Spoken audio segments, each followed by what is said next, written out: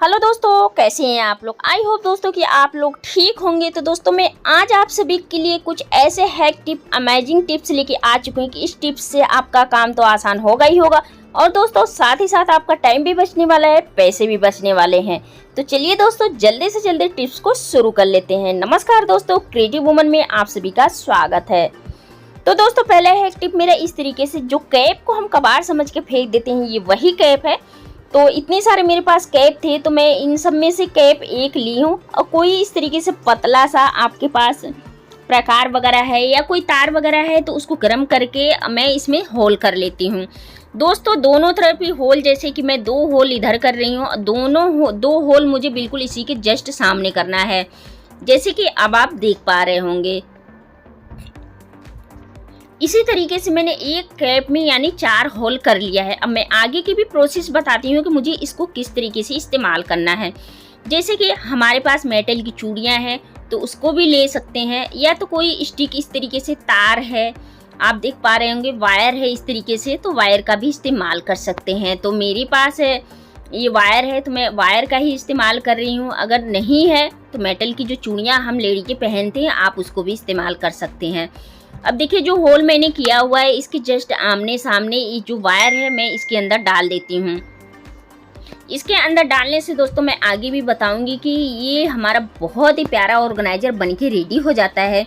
और दोस्तों हम इस तरीके के ऑर्गेनाइजर खरीदते हैं तो हमारे लिए काफ़ी महंगा भी पड़ जाता है और बिल्कुल भी कंफर्टेबल नहीं रहता है और मजबूत भी नहीं रहता है। और जो हमारे भाई बहन ज़्यादातर रेंट पे रहते हैं उनके लिए तो बिल्कुल परफेक्ट है।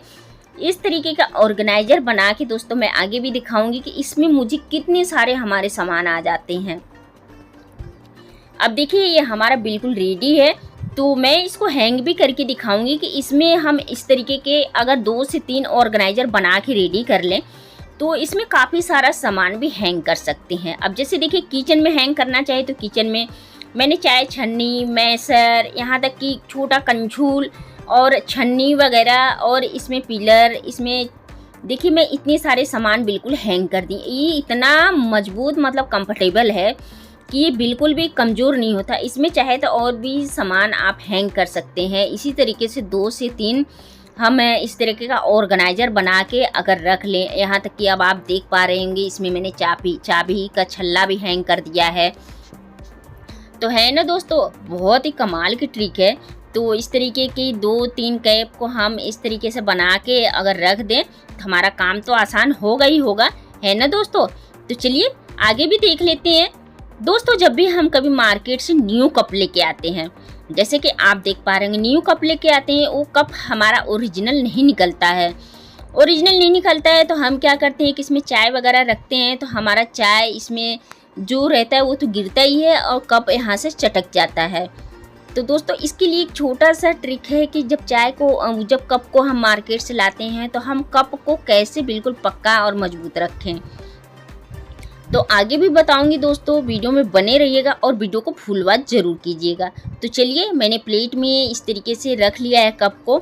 तो दोस्तों जब भी आप मार्केट से कप को लेके आते हैं तो कप को सबसे पहले आप 15 से 20 मिनट आप फ्रिज में डाल देना है। फ्रिज में डालने से क्या है कि ये जो कप हमारा कच्चा रहता है, मजबूती नहीं रहती है इसमें, तो हम इस कप को अपने फ्रिज में रखें। चलिए जब तक हमारा फ्रिज में कप रखा हुआ है आगे की भी मैं प्रोसेस बता देती हूँ।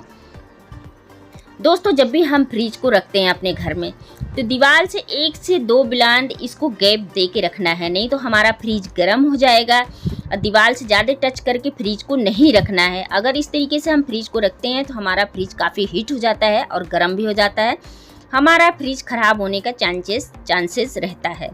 अब चलिए बातों बात में मेरा ये फ्रिज जो कप है बिल्कुल परफेक्ट हो चुका है, काफ़ी चिल्ड हो चुका है और काफ़ी ये ठंडा भी हो चुका है।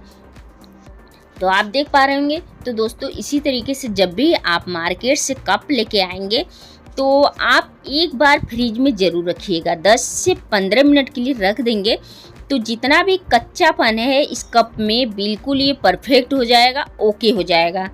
जी हाँ दोस्तों, अब इसमें आप चाय छानेंगे गरम गरम तब भी आपका ये जो कप है बिल्कुल भी नहीं ख़राब होगा। अब देखिए अब मैं आगे की प्रोसेस बताती हूँ। दोस्तों जब भी हम फ्रीजियर को इस्तेमाल करते हैं तो आपने देखा होगा कि फ्रीजर में जब हमारे कुछ नहीं रहता है तो हमारा फ्रीजर में ये जो बर्फ़ है काफ़ी सारा बर्फ़ जम जाता है और हम इस चीज़ का गौर नहीं करते हैं। तो दोस्तों ये मेरा 5 स्टार फ्रिज है। अब आप देख पा रहे होंगे कि इसमें बर्फ़ बिल्कुल भी नहीं जमता है। मैं इसको बिल्कुल नॉर्मल टेम्परेचर पे रखती हूँ और दोस्तों मैं आगे की भी प्रोसेस बताऊंगी कि इसको नॉर्मल टेम्परेचर पे जब मुझे इसमें कुछ जमाना होता है जब भी मैं फ्रीजर का हाई टेम्परेचर करती हूँ। तो देख पा रहे होंगे मेरी फ्रिज में बिल्कुल भी बर्फ़ नहीं जमा हुआ है। तो इस ट्रिक को दोस्तों आप एक बार ज़रूर ट्राई करके देखिएगा। अब देखिए मैं आ चुकी हूँ, ये जो हमारे फ्रीजर जमाने का बर्फ़ जमाने का ये बटन है, मैं यहाँ पे आ चुकी हूँ। अब देखिए जब हमारे फ्रिज में कुछ नहीं है तो बिल्कुल मुझे इसको नॉर्मल टेम्परेचर पे मैंने मतलब ये मतलब 15 पे मैंने छोड़ दिया। अगर इससे ज़्यादा आप रखना चाहते हैं तो 19 पे, 21 पे या फुल पे 23 पे भी रख सकते हैं। तो दोस्तों किसी किसी को ये नहीं पता रहता है कि हमारे फ्रीजर में कुछ नहीं है। अगर आप इसको 0 बिल्कुल ही नॉर्मल टेम्परेचर पे रखना चाहते हैं तो मुझे क्या करना है, अब देखिए इस तरीके से रख देंगे तो हमारे फ्रिज में जो चीज़ हम जमा रहे हैं जम भी जाएगा। अगर बिल्कुल भी फ्रीजर में नॉर्मल टेम्परेचर रखना है तो जो बीच वाला बटन है इसको आपको 3 सेकेंड दबा के रखना है। ये बिल्कुल आपका 0 हो जाएगा, ठंडा रहेगा। जैसे नीचे का जो आप नीचे वाला डोर है बिल्कुल उसी टेम्परेचर में ही रहेगा, इसमें बर्फ़ नहीं जमेगा। तो दोस्तों इस ट्रिक को आपके पास इस तरीके का फ्रिज है तो बिल्कुल बर्फ़ नहीं जमाना चाहते हैं तो बिल्कुल नॉर्मल टेम्परेचर पे जैसे कि हमारा नीचे वाला डोर रहेगा बिल्कुल कूल रखेगा, उसी तरीके से फ्रीजर भी रहेगा आपका। और दोस्तों अब इस तरीके से अगर आप इसको बढ़ाना चाहते हैं तो बस इसको 3 सेकंड दोबारा दबा के रखिए, बिल्कुल ही फ्रीजर पे चला जाएगा। आप इसको कम या ज़्यादा कर सकते हैं। अब चलिए सब्जी वाला जो है नीचे वाला डोर, अब देखिए इसको बढ़ाना चाहते हैं बढ़ा सकते हैं आप, और कम करना चाहते हैं तो कम। दोस्तों अगर आपके फ्रिज में कम सामान है तो इसको नॉर्मल टेम्परेचर पे नीचे वाला भी डोर रख सकते हैं। इससे क्या होगा कि आपका जो फ्रिज है बिजली का भी बचत होगा और बिजली बिल्कुल भी नहीं खींचेगा। आई होप दोस्तों कि छोटा सा ट्रिक है आप सभी को ज़रूर पसंद आया होगा। अब देखिए कभी कभी ऐसा होता है कि हमारे फ्रिज का डोर ख़राब हो जाता है और हमें बिल्कुल भी नहीं पता चलता है। तो दोस्तों इसको पता करने के लिए मुझे क्या करना है, आपको एक वाइट पेपर ले लेना है और अपने फ्रिज के दरवाजे को बंद कर देना है। अब यहाँ से खींचना है, अगर ये पेपर बाहर निकल जा रहा है तो यानी आपकी फ्रिज का डोर ये ख़राब हो चुकी है। इसको जल्दी से जल्दी चेंज करवाइए, नहीं तो आपकी बिजली की खर्च बहुत ज़्यादा है।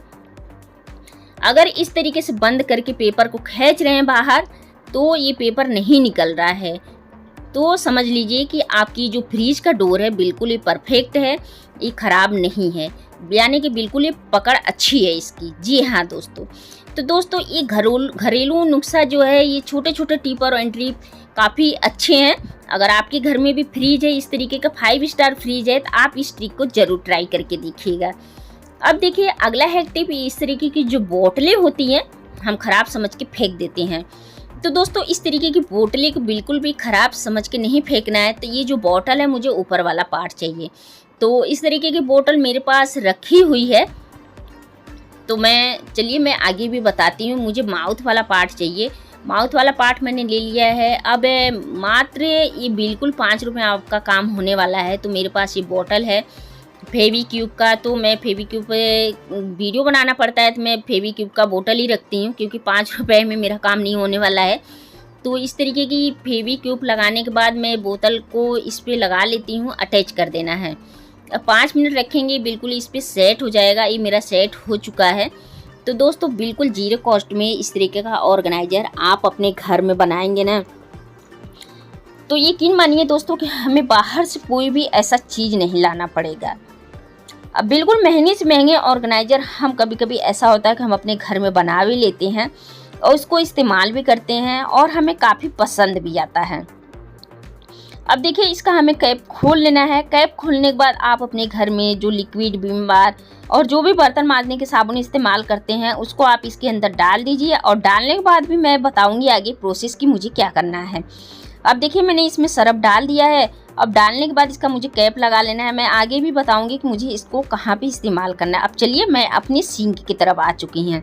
अब इसका कैप खोल लेते हैं। इसमें थोड़ा सा पानी डाल ली हूँ। अब पानी डालने के बाद मैं बताती हूँ कि दोस्तों कोई सिंक है ना अपने हाथों से नहीं साफ़ करना चाहता है, अपने हाथों से नहीं साफ़ करना चाहता है, अपना हाथ लगाना भी पसंद नहीं करता है।